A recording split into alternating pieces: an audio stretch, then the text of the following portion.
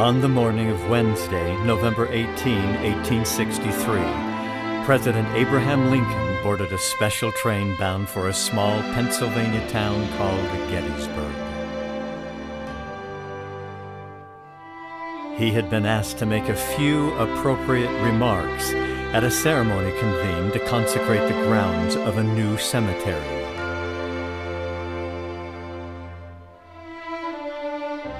The burial ground would be the final resting place for 3,000 Union soldiers who lost their lives in 3 horrible days of battle the previous July.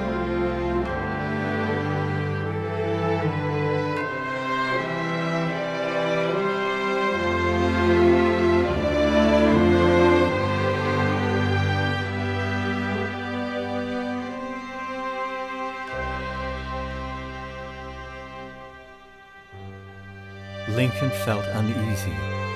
He had not been able to find sufficient time to complete the speech he was expected to present at the cemetery dedication the next day. What words could adequately express the horror of the battle? What could he say to communicate his own profound sadness over the deaths of so many gallant soldiers? What comments could possibly convey the somber appreciation of a grateful nation for their sacrifice? What tender words could he offer to comfort the hearts of grieving loved ones? So many mothers, fathers, wives, daughters, and sons.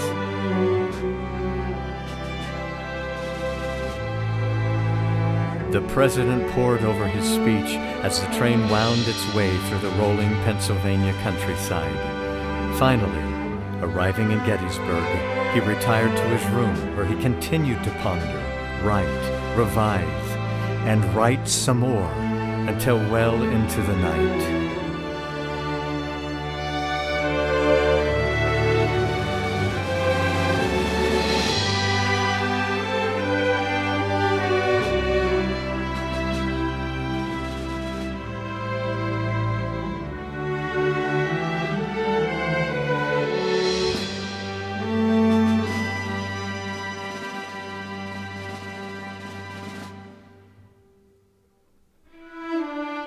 After breakfast the next morning, Lincoln made his final revisions, carefully folded the speech, and gently placed it in his coat pocket. Accompanied by 9 governors, 3 cabinet officials, various members of Congress, foreign diplomats, and military officials, the president mounted a chestnut horse and joined in a procession to the cemetery.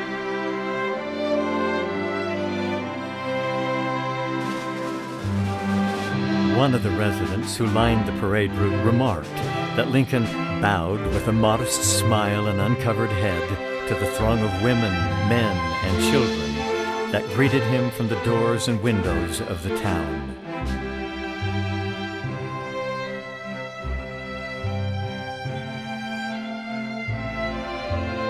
At the cemetery, an audience of 9,000, though some say many more, crowded around the speaker's platform in a broad half-circle. One of those assembled there later recalled that all about were traces of the fierce conflict. Rifle pits, cut and scarred trees, broken fences, pieces of artillery wagons and harnesses, scraps of blue and gray clothing, and bent canteens still littered the low hilltop.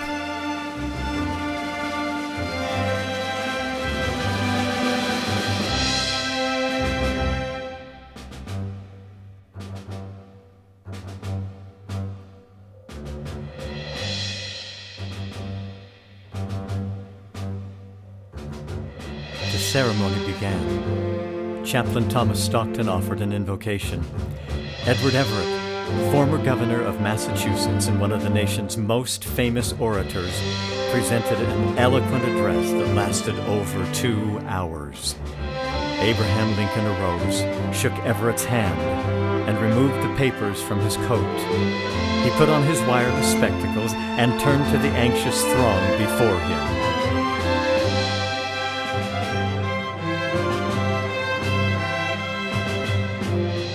The audience immediately grew still. Then Lincoln spoke for just over 2 minutes.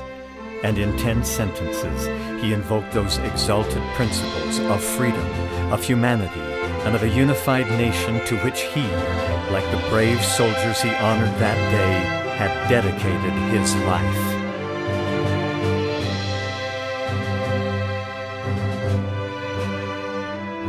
And these are the words he spoke. These are the words that Abraham Lincoln spoke that day at Gettysburg.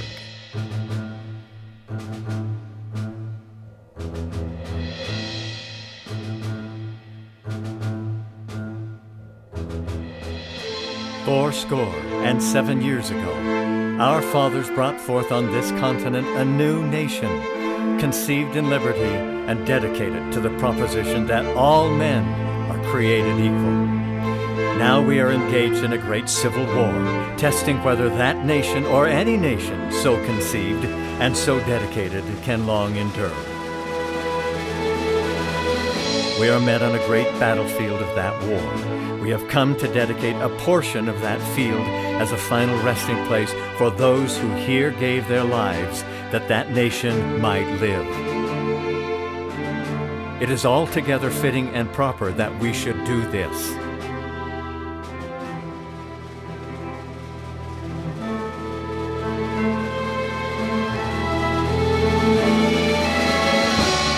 But in a larger sense, we cannot dedicate, we cannot consecrate, we cannot hallow this ground. The brave men, living and dead, who struggled here have consecrated it far above our poor power to add or detract. The world will little note nor long remember what we say here, but it can never forget what they did here.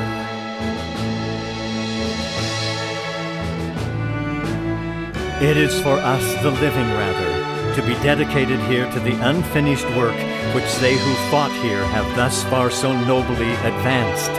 It is rather for us to be here dedicated to the great task remaining before us, that from these honored dead we take increased devotion to that cause for which they gave the last full measure of devotion, that we here highly resolve that these dead shall not have died in vain, that this nation, under God, shall have a new birth of freedom, and the government of the people, by the people, for the people, shall not perish from the earth.